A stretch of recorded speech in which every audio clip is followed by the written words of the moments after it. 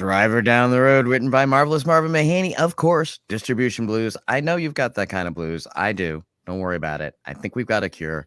We're going down that road again because it's what we're interested in. And as always, Marvelous Marvin Presents has got a whole slate of shows coming up this month. He's bringing and has brought blues to the South Side. So for more information, hit Marvin up on IG or Facebook. Marvelous Marvin Mahaney. Just remember Triple M. Hello and welcome to the Weekly Read, live and uncut. I am Sean Reed. Don't forget to like this video, subscribe at the bottom of the screen, and comment right now. There are new videos on the craft, business, and art of indie movie making right here on the J. Horton YouTube channel. I call him Jason. What's up, Jason? Hello. Hello. How you doing? Pretty good. How's it going? It's going all right. You perked right up there for a second. You must have gotten a Craving update you like. So why don't you give it to us? What's going on with Craving? Well, yeah, I'm running a crowdfunder for my horror movie Craving. We are just about to pass $36,000 raised so far. We have 200 and I think 50 something backers. Continues to grow. There's a lot of cool perks. It's been really cool to see the filmmaking and in particular the horror community come together on this film. It's been pretty neat. It's been awesome to watch. It's definitely, you've got added a lot of talented people. I'm very curious to see what happens next. I personally got to go to it on an adventure last weekend and got to go to the NASCAR race at the LA Coliseum. What a spectacle. Definitely an entertainment event, just fascinating. So definitely NASCAR is changing their spectrum of entertainment. And I was glad to actually get a part of it. Got to meet a racer. So that was cool. Daniel Suarez, number 99.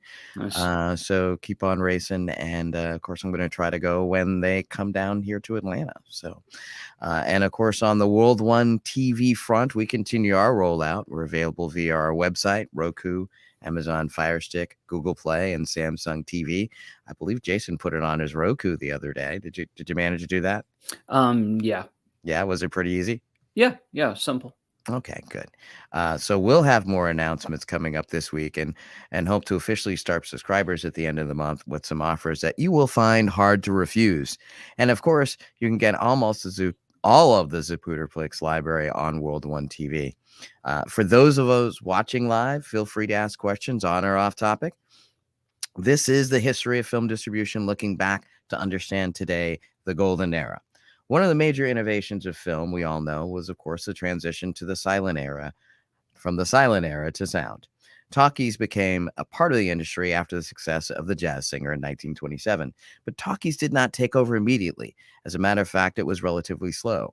Distributors began to equip their theaters with sound systems, but 2 years after the debut of The Jazz Singer, the Great Depression, the longest, deepest, and most widespread depression of the 20th century, and of course, the box office revenues fell. With recovery eventually came prosperity, and the same was true for the United States and the film industry. Industry revenue grew until its peak in 1946, 2 years before the Paramount decree that kept the majors from participating in vertically integrated practices that had allowed them to be profitable.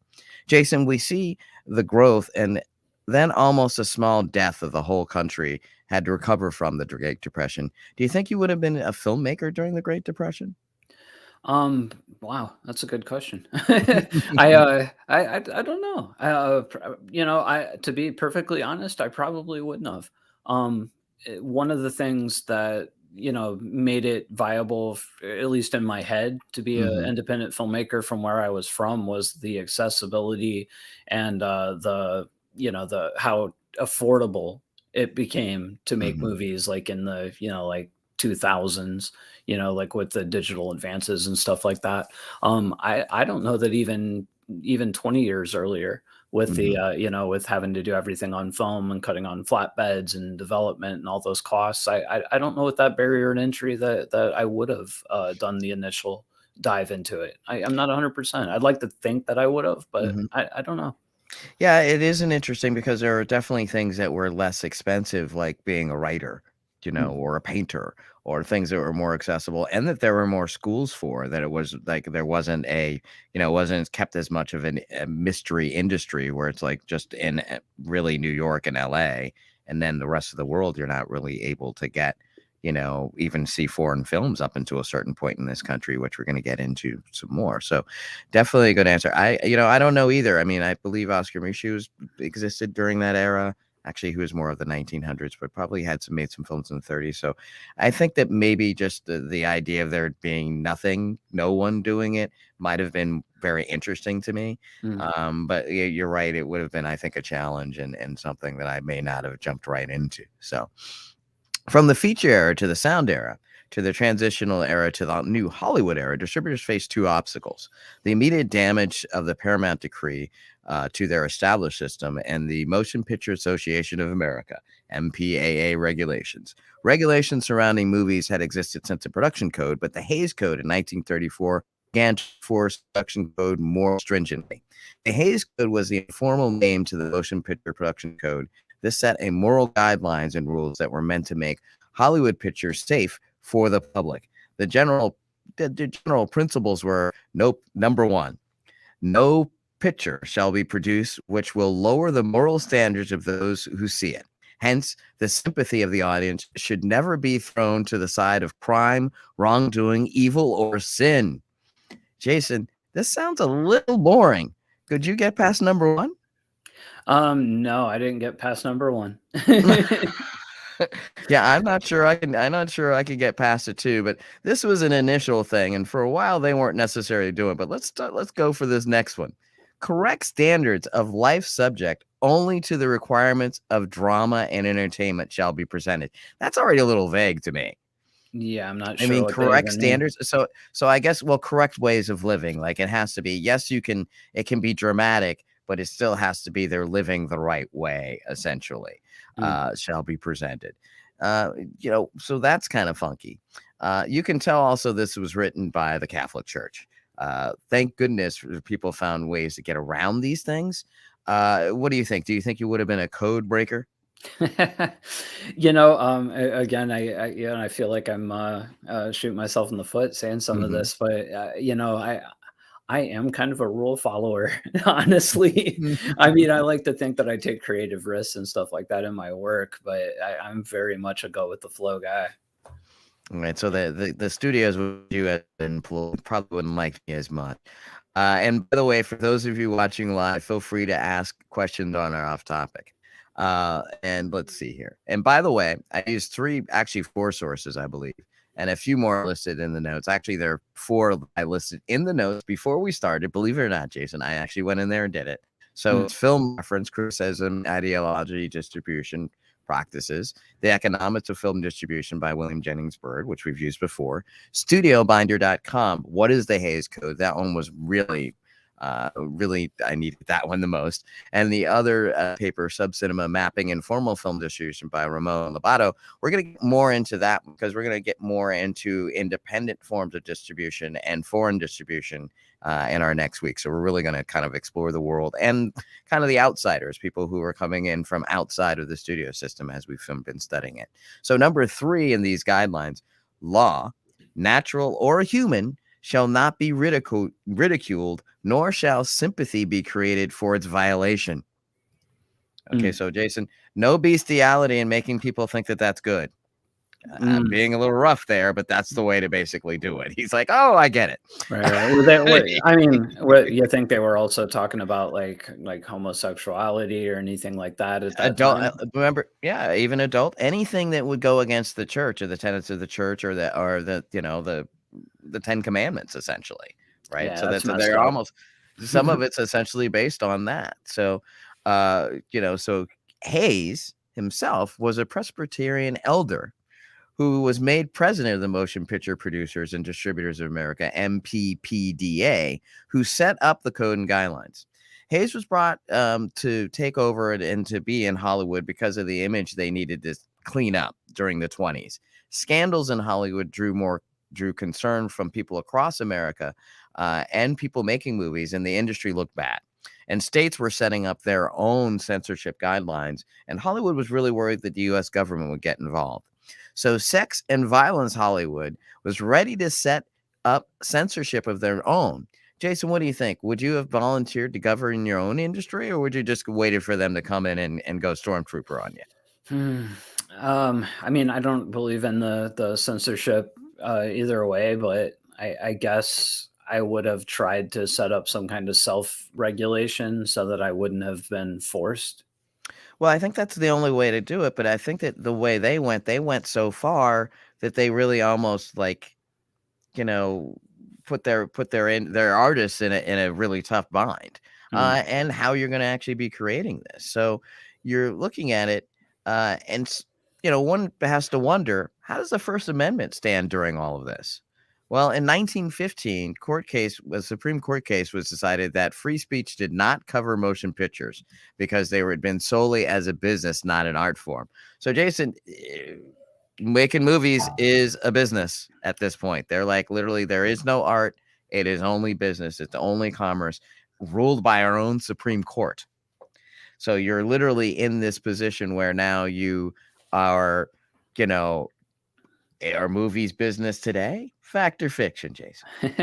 Well, yeah, they absolutely are business. But it's an interesting hybrid whenever you're working in an art Mhm. professionally, regardless of what it is. There's a really weird give and take between, creativity and the artistic intent and the business side of it. And especially, I think filmmaking that is exponentially made so because of the amount of money that it takes to put it together, the amount of collaborators that you need. Like, so, it's the business side of it does become more important. Is it as important as the artistic? That's a argument for every person to decide for themselves, but it's definitely important. It's absolutely important. You definitely see that you can't really get one without the other, and that's probably where truly probably production, film production is where show business as a term really kind of hit home. I mean, certainly Broadway producers were using that in many ways because there would be a lot of money in that, but not anything close to the type of show, the feature that would go on with the film and the spectacle that could be created. So definitely, but these things all change, like everything keeps going. So none of this stopped filmmakers and magazines from scoffing. Ha ha, I scoff at you. And the movies with sex and violence kept being made.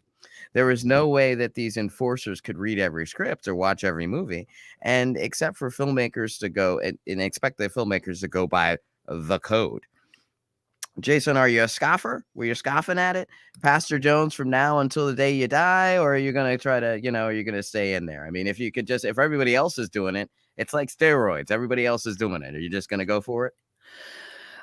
Yeah, I mean, I guess so. I don't see what at the time anyway, I Hmm. don't see what the choices were, and if I'm not mistaken, like, I remember some filmmakers saying that, like, some of the shackles that they had as far as what they could or couldn't show actually ended up making them a little more, like, creative, I guess it sounds like I'm trying to make a pro censorship argument, but I'm not. But, it doesn't I don't know, I guess I'm just a glass half full kinda guy. Well, that's okay too. In 1934, the Production Code Administration, PCA, dun dun dun, it's like FBI, PCA, headed by Joseph I. Breen. He helped make it a requirement that all movies produced in Hollywood be given a stamp of approval prior to release. Studios and filmmakers had to abide by the rules. So basically, before the movie, you would see this, and so you'll know a code movie. It'll say this picture approved by the Production Code Administration of the Motion Picture Producer and Distributors of America. So for 2 decades, the Haze Production Code was the way it was in Hollywood, but not for those made outside of Hollywood, and it didn't stop filmmakers from making great and many classic movies from 1934 to 1960, some of the things you're talking about. In some cases, movies like Gone with the Wind and The Outlaw, 1939 and 1943, filmmakers challenged the PCA to retain certain elements. In other cases, it was the very code that made a movie better, Jason, like you said. Like in Casablanca in 1942, instead of Rick and Ilsa ending up together, which would have been adulterous, he sends her away, which ultimately, I think, tugs more at the heartstrings. So, Jason, just like anything else, you can work from inside to change things. How do you think would handle a code like this today, or does it still exist in some ways? I mean, I think today there are so many different options to get your movie into the marketplace. I don't think something like that could exist on the same level. That said, I do think that there are like technical and so sometimes creative barriers that certain big major platforms will put into place. Like if you look at YouTube, like you can put up a horror movie with plenty of blood and nudity and all of that, and it could be there and a lot of people might watch it. But as far as monetizing it, the advertisers that they match with that are not going to be as high paying if it was more family friendly. Hmm. So like if I was doing a horror movie strictly for release on YouTube, I would be very cognizant of that, and I might pull back on, stuff like explicit nudity or over the top gore, if my goal was to monetize there, and similar, restrictions happen in places like even Amazon now, not necessarily like in the, the nudity blood thing, but, for example, because it's a streaming network, they don't like independent filmmakers to put URLs anywhere in the movie. So like if you have a URL like subtitle somewhere, even if it's like creatively part of the movie, you might have problems. They don't want they made a rule that you couldn't have material after credits because some Hmm. people were padding their runtimes with stuff like that. But that also kind of affects, like, say you want to do like a post credit stinger or something like that, you might have problems.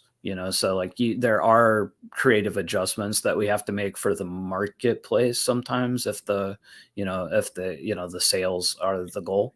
On Yeah. some level, it's ultimately the distributors are making those calls, or the so-called theater owners or just whatever streaming service is monitoring their own whatever they're giving, because now you have all of these multiple ways for you to get material that you weren't able to before.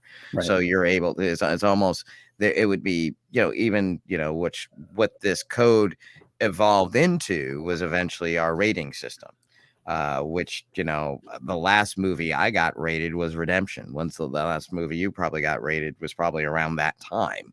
Do you know Mm. what I mean? Even if you guys even bothered to get them rated, because depending on the marketplace, it didn't necessarily, if it wasn't going to go in the theater, you wouldn't necessarily get it rated.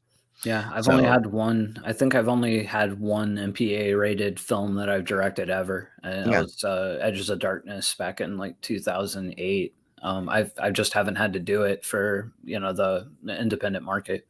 Yeah, the independent market, there doesn't seem to be as much of a demand, and I think that the services can make those differentiate. They'll, say they can restrict material, or like Netflix has filters for kids' materials or things like that, and you can set it up. So you have different ways now that you can kind of filter these things into your household, where you don't necessarily need the government or a government like agency within a industry to police it the same way that they did before. The Yeah. MPAA probably focuses more on piracy than they do on ratings at this Mm. point. So, you know, let's see. The code had its day, but by the 50s came the early signs of its demise in the form of court cases and new foreign films that were not bossed around by the PCA. So imagine before that, you really couldn't even get a lot of foreign films. In 1948, the Supreme Court disbanded movie studio ownership of theaters, which then allowed foreign films of all types to be screened in the US.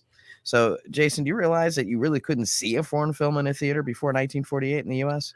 No, I actually didn't know that. I mean, it makes sense now that you're saying it, but I wasn't aware of it. Yeah, they just kinda kept they kept it, I guess, pure for America.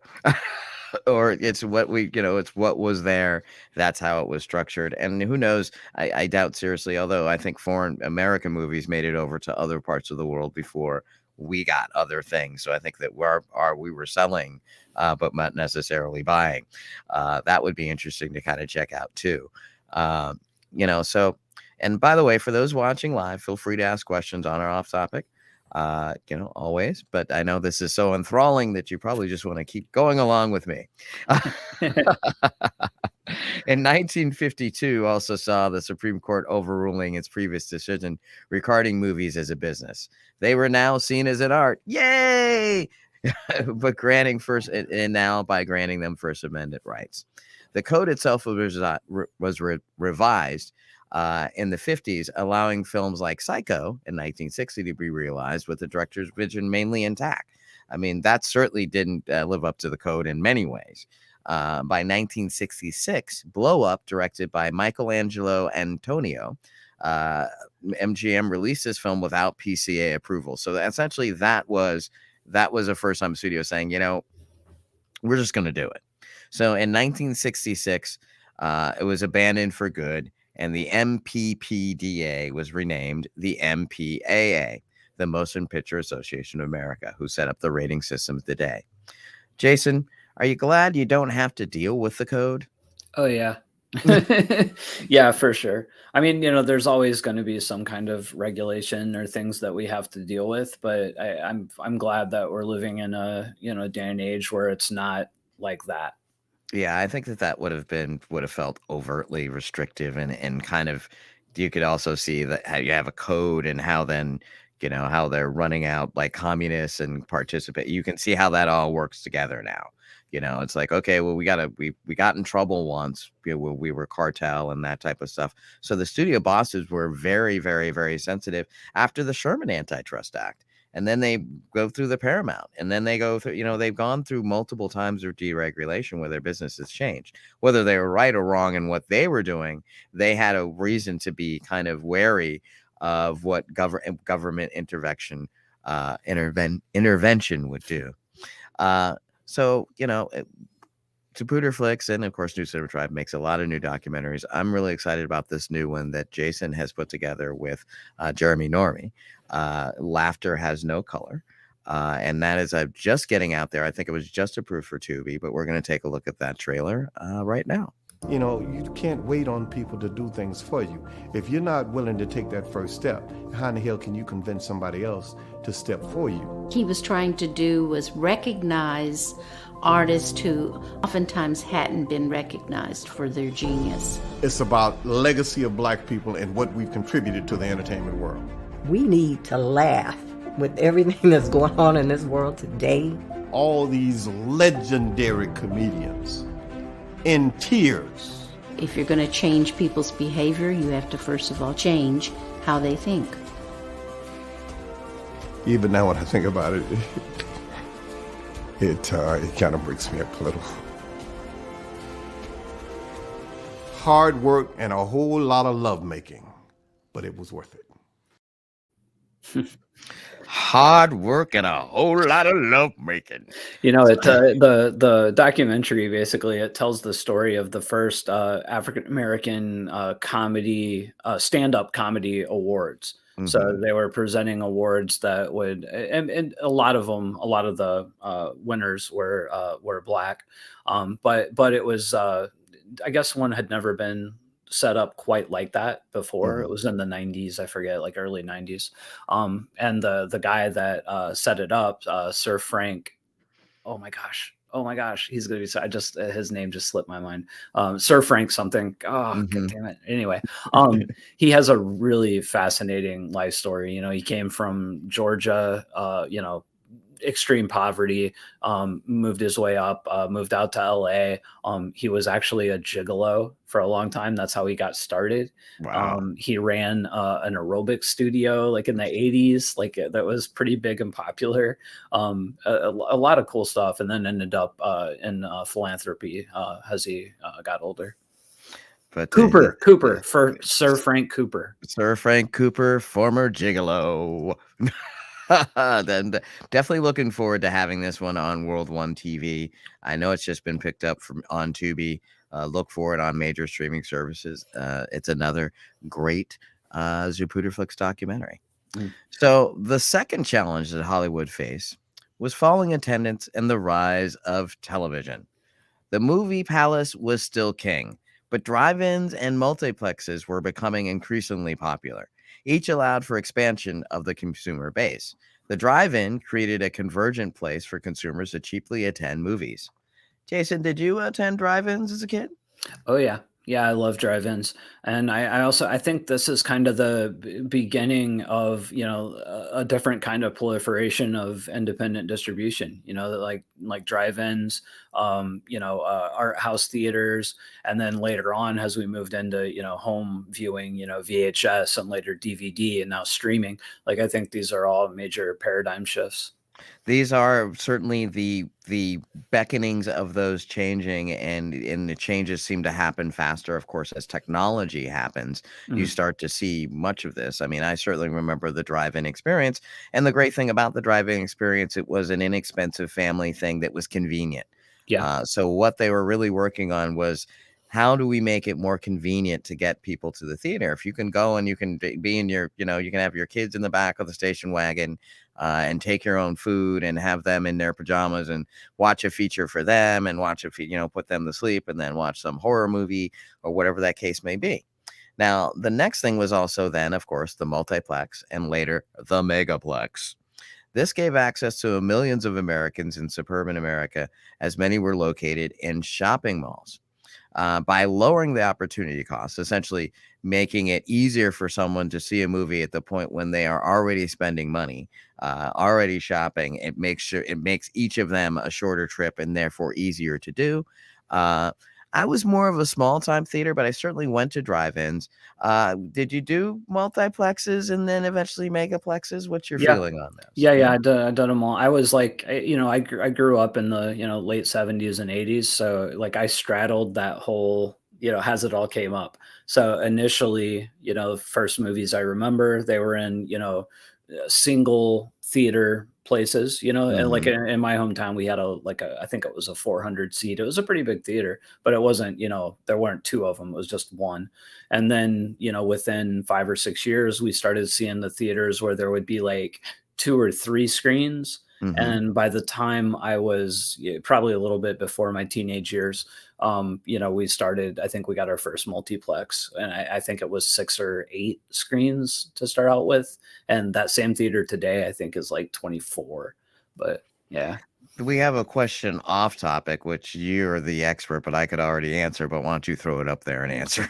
Oh, sure, hold on, I didn't see. Um Off subject, but is Film Hub a good platform for international distribution? I have a traditional distributor for my North American rights and was considering Film Hub for other territories. So the thing about streaming distribution today in places like Film Hub is like most of these platforms are worldwide. Like we're seeing less and less segmenting of foreign and domestic rights. Um, so the cool thing about Film Hub, to answer the question simply, is yes, you can do that. The deal with Film Hub is non-exclusive. So anything that is already taken or up, they're not going to put up. You just tell them what platforms they can't submit to. But places like Amazon and Tubi, those are all worldwide. There aren't a ton of just straight up foreign streaming platforms through Film Hub, as far as I know. Right, and you'll have to probably, if you have a traditional distributor for North America, you then more than likely have a exclusive deal with them. So Yeah, you're not going to be able, even though it's not exclusive on Film Hub, your traditional is not going to let you do that deal. yeah, So yeah, you that's would have that's to talk to them. Yeah. yeah. So what you have to do in that case, if you're looking to do that in the future, is that you have to segment your rights. You have to split your rights, and you probably have to give them an international distributor a shorter window. So yes, but that's actually an excellent question. Yeah, yeah, Um, and I'll say one last thing mhm. about it, and I don't know your particular film or your setup, but in general, this is just for like people listening. If you're on, an independent production these days, I don't think it's a great thing to segment foreign and domestic rights anymore, to find a distributor just to take domestic and a distributor just to take foreign. Yeah, it doesn't really, yeah, you're absolutely right. And my belief is that, as many have stated through you and to us, is that there really isn't territories anymore. It's a globalization market, so you really can't think of it as foreign and domestic anymore. It's really, you just need to think of it as kind of a global territory. And how are you dividing up those non-exclusive rights throughout all of them? because essentially I think you can shoot yourself in the foot because there really isn't a lot of traditional. It's harder just to get traditional foreign distribution anymore because they're relying on the same platforms we are, and therefore don't need all the materials kind of running through certain places Yeah, yeah. essentially. Off the top of Uh, my head, I can't even think of any major, foreign distributors anymore. Like I know a y- lot that used to specialize in it, but mhm. I don't know any now.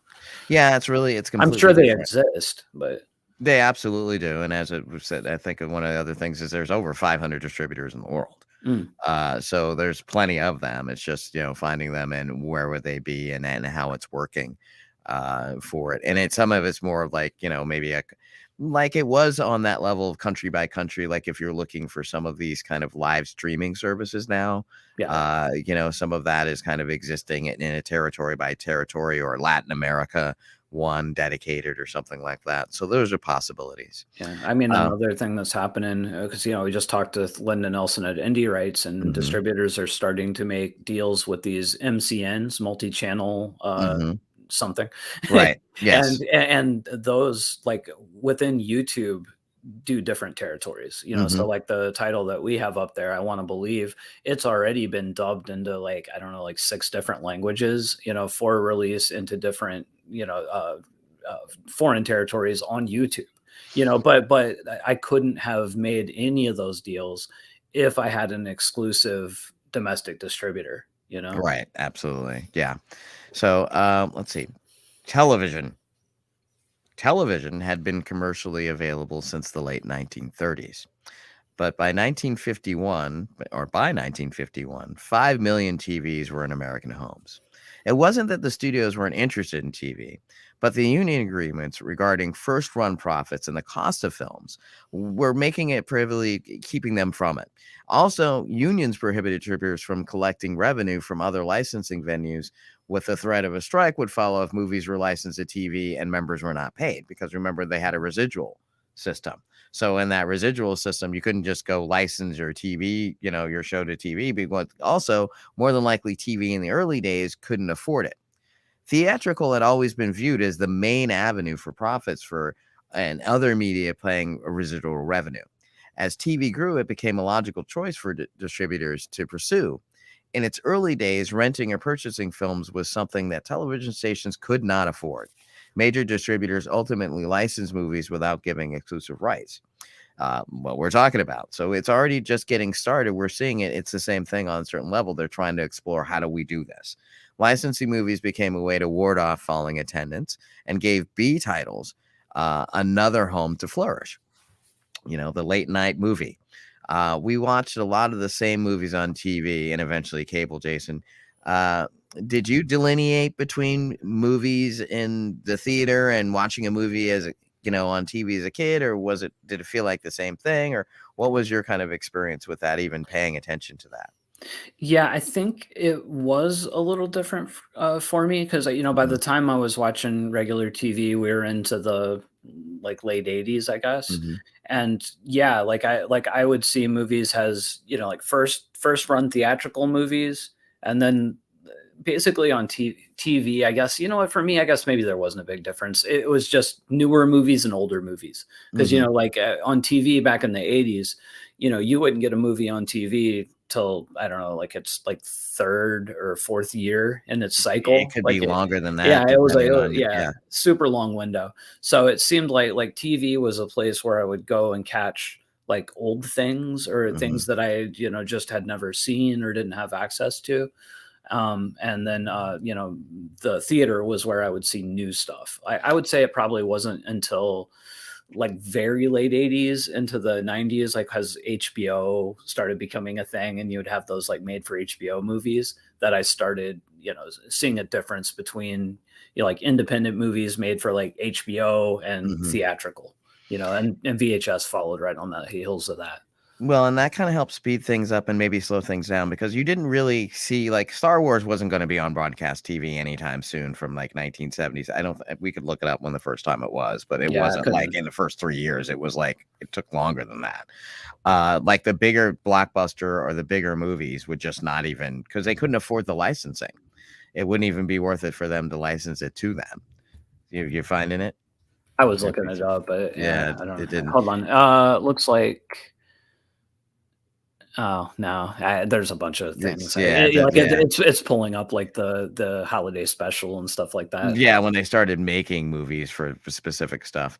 We got a question from Pop Films if you want to pull that in. Do we? I see. Speaking of something, or maybe it's a conversational thing. No, I just see the same one. Just the same question. I thought Halbazar Films was a film hunt question. Speaking of multiple languages. I don't have it. I don't see it. There it is. Go ahead and read it. Speaking of multiple language, would it be worth speaking about the importance of an M&E track? Yeah, I guess in the sense of that it's something you have to do as a deliverable.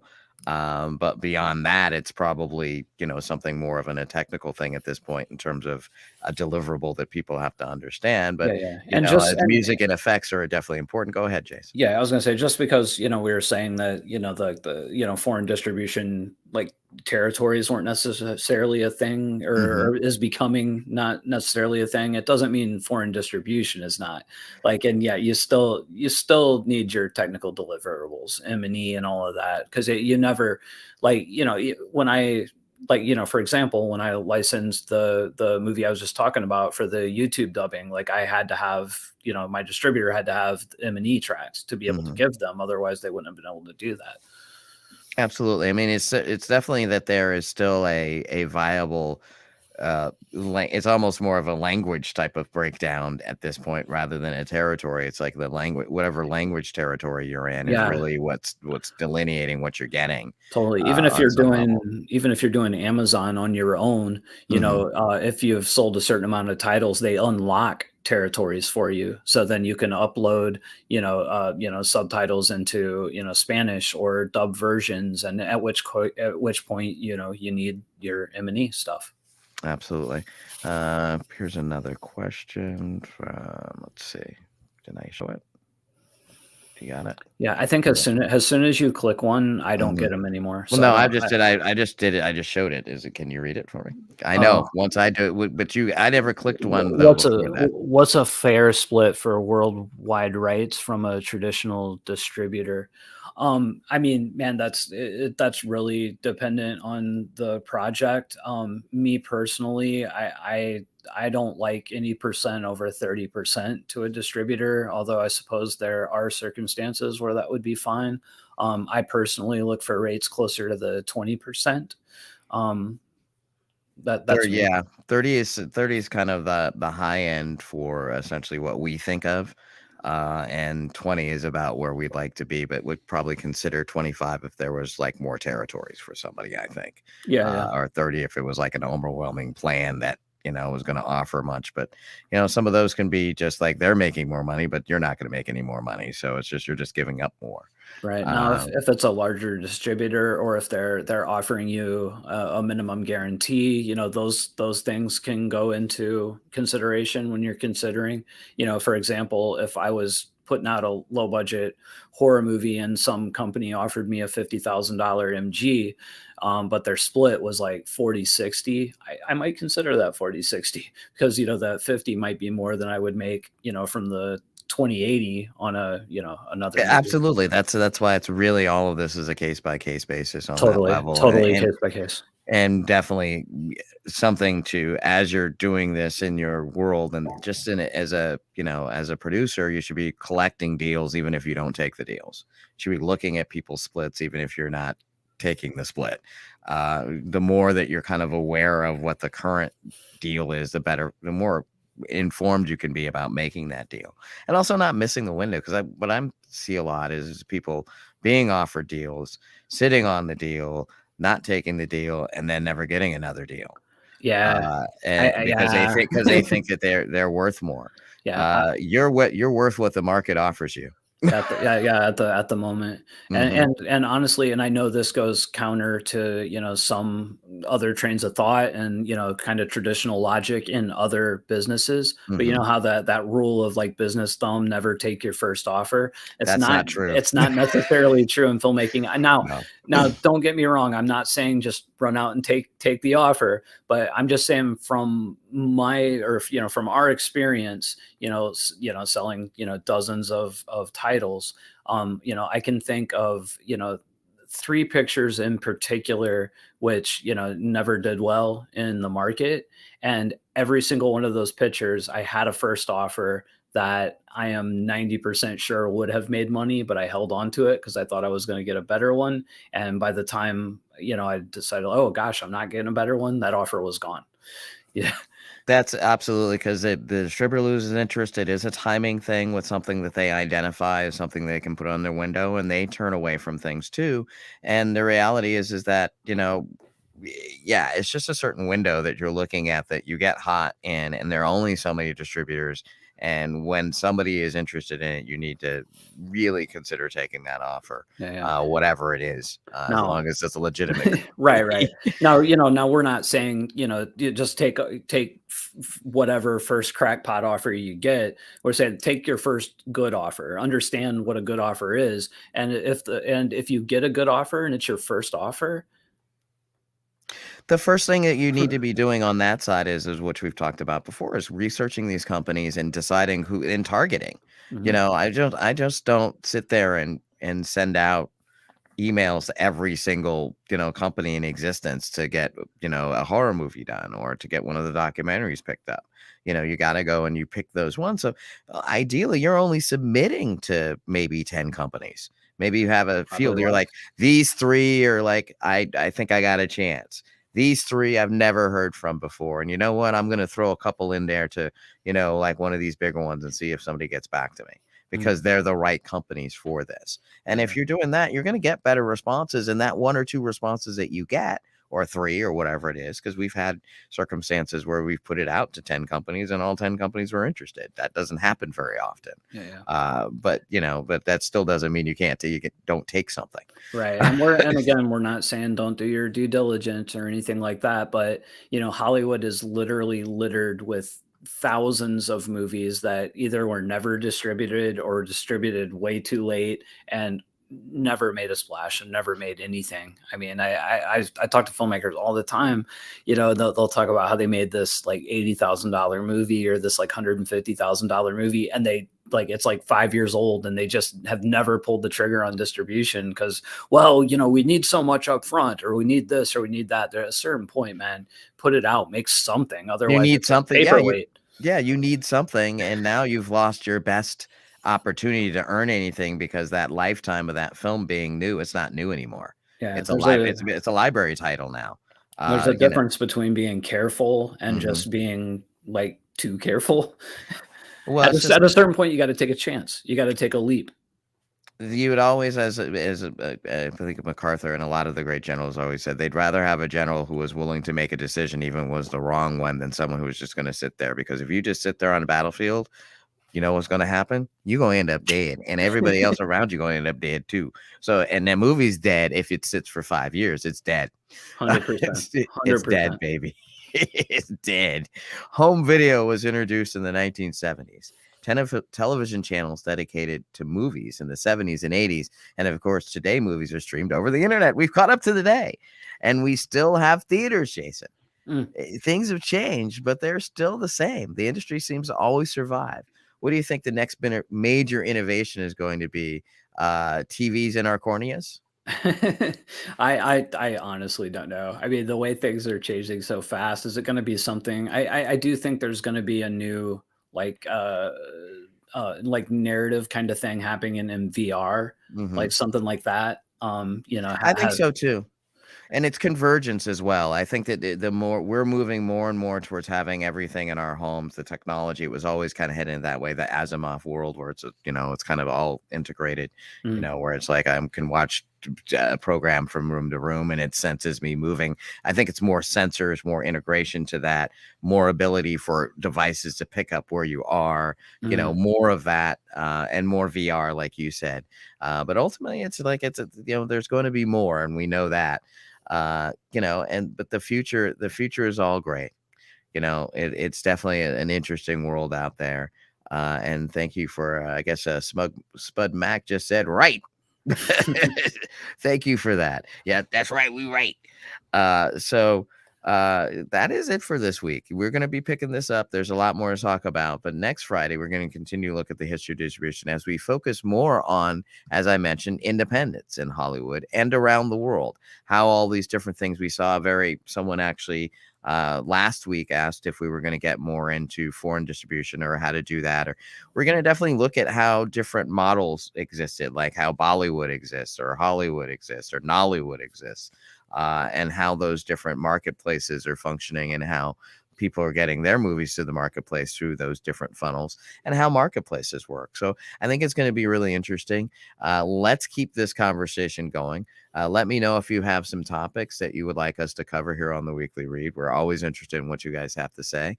Jason, what do you have coming up on the Jay Horton YouTube channel?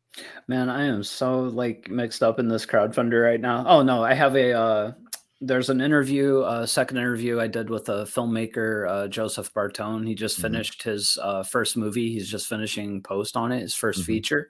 And it's a fascinating conversation about some of the unexpected problems that pop up on the first feature, on a low budget feature. And then on on Tuesday, I have a video called What Do Producers Do? And of course, this month, man, it's all about the Craving crowdfunder, www.cravingmovie.com. Support it. Yes, it's about that, but it's also all about World One TV. So don't forget to support that too, because we need your support. And you'll also be able to check out if you're really interested in seeing a lot of Jason's work in one place, it's on World One TV. So we already found out how to get in touch with Jason. Get in touch with me through Sean Alden Reed or New Cinema Tribe. Of course, check out World One TV.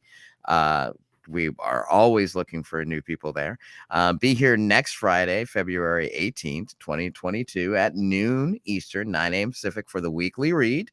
Thanks for Jay Horton for the use of his channel. And of course, thank you for watching. And you know what? I'm out.